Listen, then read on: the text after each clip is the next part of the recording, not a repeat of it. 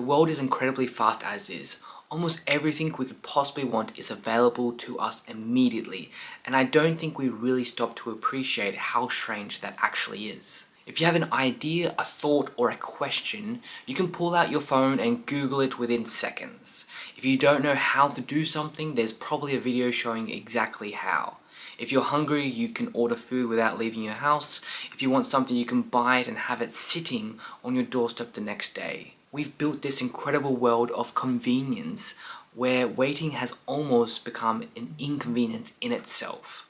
And while I'm definitely not going to sit here and pretend that I don't enjoy some of those benefits, I do wonder whether we've lost something important along the way. When was the last time you had a question and actually sat with it? I mean, really sat with it. No Google, no AI, no immediate searching for someone else's answer. You simply allowed the question to sit there and try to work it out yourself. You relied on your own experiences, your personal opinions, and whatever knowledge you've collected throughout your life. And you started drafting up your own thought pattern towards an answer. Maybe that answer was completely wrong at first. Maybe it took you an hour to get somewhere useful. Maybe you still didn't have the answer by the end of it all. But I think there's something incredibly valuable about sitting in that process, about allowing that to happen, because you're actually using your mind rather than immediately outsourcing it. We all know that nagging feeling when something is sitting right at the tip of your tongue, but you can't quite reach it. There's an answer somewhere in there, and you know you've seen it before, but your brain just hasn't put all the pieces together yet. I actually think that's part of the human experience we're becoming too quick to remove. We don't always need to know everything immediately. Sometimes it's good to sit there in the uncertainty for a while, to reason through something, to follow logic, to pray about it, and allow yourself the time to search for what is true. Perhaps you follow that train of thought for long enough and your reasoning brings you closer to the truth. Perhaps the Holy Spirit puts something on your heart that causes you to look at the question differently. Perhaps you eventually realize you were completely wrong and have to start again. That's fine as well. There is value in the search itself. And better yet, sometimes you search for the truth through other people. You actually ask somebody a question and have a conversation. One of my favorite things to do has always been brainstorming with other people. And a great friend of mine and I used to have what we called our stoic chats. We'd sit there tackling ideas, brainstorming, problem solving, and bouncing thoughts backwards and forwards. Sometimes I'd come into the conversation convinced that I had something figured out and quickly realized I was dead wrong. Other times the idea was solid but needed some fine-tuning. Either way, there was somebody else there to hammer against that idea, poke holes in it, and shape it into something better. It's strange not having that thing around in my life as much and noticing that I have to fall back on myself a lot more and ultimately trust in God, which of course we should always be doing. And I think there is something good about learning to stand on your own feet and trust your own judgment more. But having a tribe around you feels nice. There's a lot of power in having a swim buddy beside you who can look at something and say, "Have you thought about this?" It slows the whole process down, but perhaps that's exactly why it's valuable.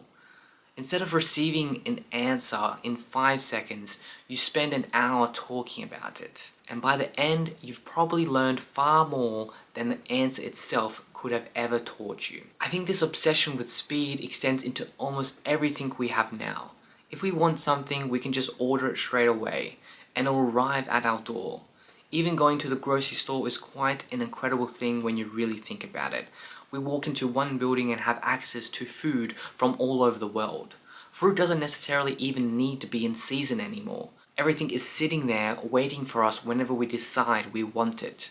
And don't get me started on eating to the rhythm of the seasons or living in more tune with your body and the nature's path, because that's probably an entire video in itself.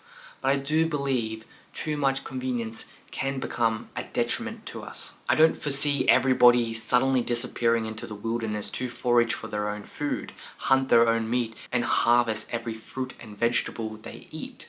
I'm certainly not doing that either yet, but I think we can deliberately bring a little bit of that process back into our lives.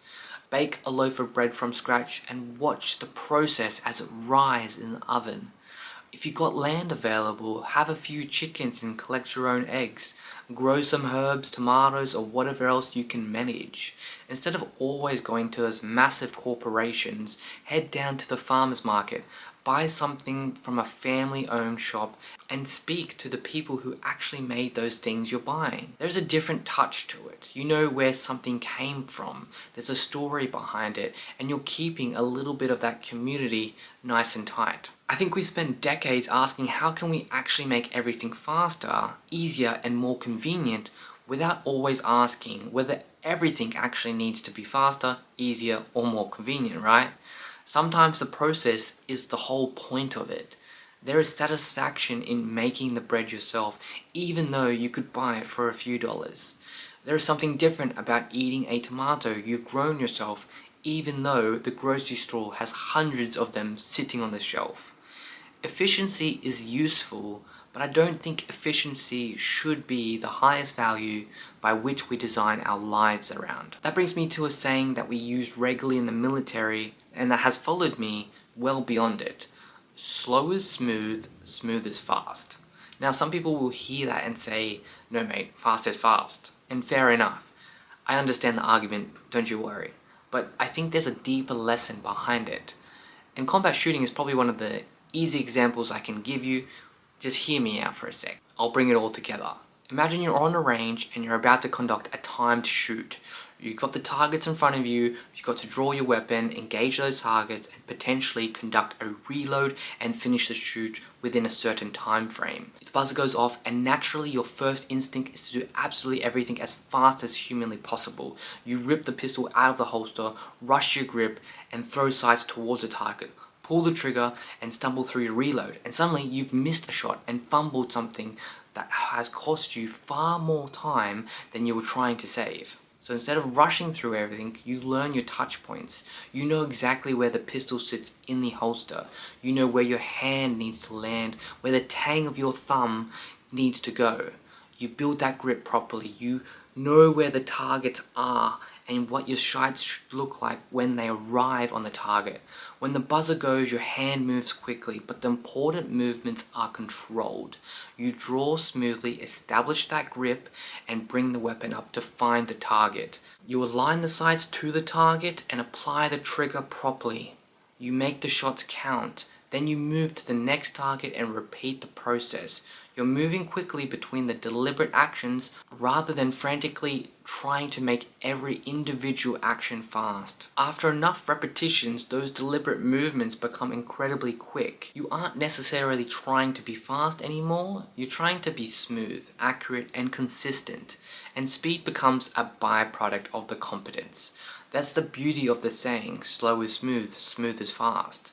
The better you become at moving correctly, the less wasted movement you have, the fewer mistakes you make, and the faster you naturally become. And I think that applies to much more than shooting. It applies to training, work, writing, business, making decisions. There are times when slowing yourself down for 10 seconds will save you 10 minutes fixing the mistakes you would have made by rushing. Sometimes the fastest way through something is simply to do it properly the first time. I received a great comment recently that passed on another little bit of wisdom: when in a rush, take your time. I think that fits beautifully alongside all of this. Of course, there are moments in life when genuine speed matters. If there's an emergency, somebody's in danger, or there are real consequences attached to every second, then absolutely act with urgency, right? I'm not suggesting we wander slowly through every situation in life, pretending time doesn't exist. But how many things do we treat as emergencies that are actually emergencies? When you feel rushed, sometimes deliberately slowing yourself down is exactly what you need. Take the extra moment to make sure you haven't missed something important. Think about what you're doing. Look at the problem properly. Allow some of that pressure to disappear before making the decision. I think there's an interesting confidence in somebody who can remain deliberate while everything around them is moving quickly. Panic is fast, but it isn't necessarily useful. Being calm enough to take your time can often be the thing that allows you to act properly when the moment actually matters. And the more I've thought about this, the more I've realized that I don't want to just perform slowly and deliberately. I think I've fallen in love with the idea of building a slow and rich life. Now, these words are going to mean something completely different to different people, but for me, slow doesn't mean lazy, and rich doesn't necessarily mean having a lot of money. It's something much more simpler than that. Slow for me is sitting down with a coffee and actually appreciating the taste, instead of drinking it whilst I'm staring at the phone or watching a video. It's taking a bite of a good wood-fire pizza, closing your eyes for a second, because that thing is beautiful and you're appreciating all the flavors. It's going for a walk and not needing to have anything playing in your ears. It's sitting outside without feeling the urge to immediately do something productive. I always picture those old Italian men sitting outside on a plastic chairs, talking with their friends and family for hours on end. There might be some food around, somebody has a coffee, somebody else is telling a story that they've probably told 100 times before. But nobody is concerned with squeezing in another productive task in that afternoon. Obviously, I'm romanticizing it a little bit, but there's something in that image that speaks to me, that looks like richness to me. Because the rich life isn't a life filled with money and material things. The rich life is being full of joy. It's having a family and friends around you. It's being able to share a meal with the people you love and not constantly looking at the clock. It's having meaningful work without allowing the work to consume your entire existence. And above all, I think truly rich life is being spiritually full. Taking the time to go to church, taking the time to read the gospel rather than racing through every chapter so you can tick it off your list. Sitting quiet in prayer, listening, giving thanks, being present with the people God has put around you. That makes me think about a moment in scripture where Jesus curses a fig tree. There is much more theological depth to that passage than a little reflection I'm going to make, but the imagery of the tree that outwardly appears alive while bearing no fruit at all has always been interesting to me. It makes me question about our lives that we live today. How much fruit are we actually bearing? You can have the appearance of an incredibly full life. Your calendar can be packed, your phone can constantly go off, you can work, train, make money, buy things, travel, you name it. From the outside, your life might look incredibly busy and successful, but is it actually fruitful? Are you becoming kinder? Are you serving other people? Are you growing closer to God? Are you looking after your family? Are you using any gifts you've been given to aid and help other people? Or are you simply moving incredibly fast because everybody around you is moving incredibly fast as well and you want to keep up and compare with them, whatever it may be, right? And I think that's an important distinction between a full life and a fruitful life. A full life and a fruitful life aren't necessarily the same thing. Sometimes we're focused on filling every hour that we've never stopped long enough to ask whether the things filling those hours are actually worth doing. Maybe we're following somebody else's path because we never gave ourselves enough silence to discover our own. Maybe we're pursuing things because the world told us they mattered without ever asking whether they mattered to yourself or even to God. Those aren't questions I can answer for you, and nor should I. They're questions worth sitting with yourself or talking about it with people that you care about. Just some food for thought for you. Another great example that I've come back to countless times when thinking about urgency is the story often told about Napoleon Bonaparte, where he was delaying a lot of his correspondence. The idea was that rather than immediately reacting to every problem placed in front of him, he would allow certain letters that came on his desk to sit there for periods of time. And by the time he eventually dealt with them, many of the supposed emergencies had already resolved themselves. Supplies have arrived, a subordinate had handled the complaint, the circumstances have changed. If something remained genuinely important, it would find its way back to him and would actually be important. Whether we take every detail of that story literally or simply take the lesson from it, I think there's something incredibly useful there in the modern world. Imagine a famous general and a military tactician being willing to allow problems to sit there. While today we receive one email and somehow feel that the world is going to end if we haven't replied to it within 20 minutes. A notification appears and we immediately reach for the phone. Not everything deserves the immediate attention. Not every problem belongs to you. Not every notification deserves your attention. And not every question needs to be answered today. Sometimes things just need a little room to breathe. Sometimes circumstances change and sometimes the problem solves itself. And sometimes you wake up about the worries of yesterday or the next day or the next weeks have just disappeared because they weren't nearly as important as you thought they were. I think that's perhaps one of the deeper things I'm trying to learn through all of this, is that slowing down isn't about doing less for the sake of doing less. It's about becoming more deliberate with what you want to do. There's absolutely a time to move quickly, there is time to work hard, and there is a time for urgency, pressure, and action. But there should be also a time to think, a time to make things properly, a time to sit with people, a time to eat slowly, a time to walk without somewhere you desperately need to be. I don't want convenience to remove every little bit of effort from my life. I don't want technology to answer every question before I've even had the chance to think about it for myself.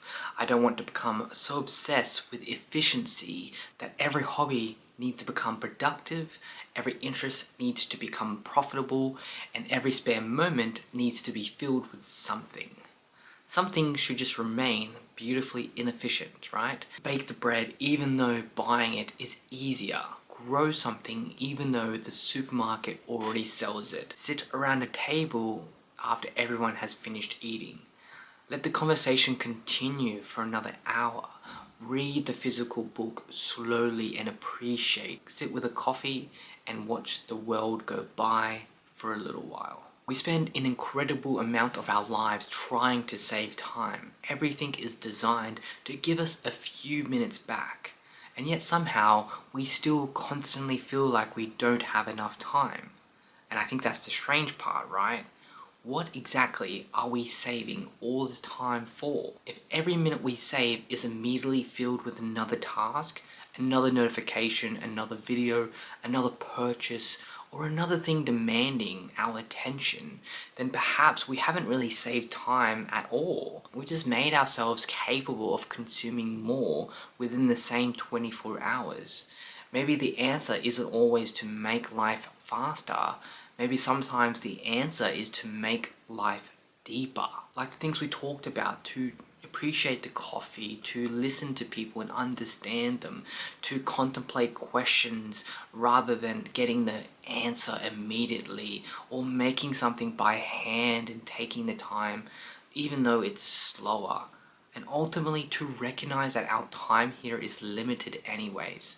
We aren't going to win some prizes at the end because we managed to rush through so many things in our life. If anything, I imagine we'll wish we slowed down more of it. Appreciated the season we were in rather than desperately trying to reach the next one. So I'm trying to design my own life with a little more room for everything.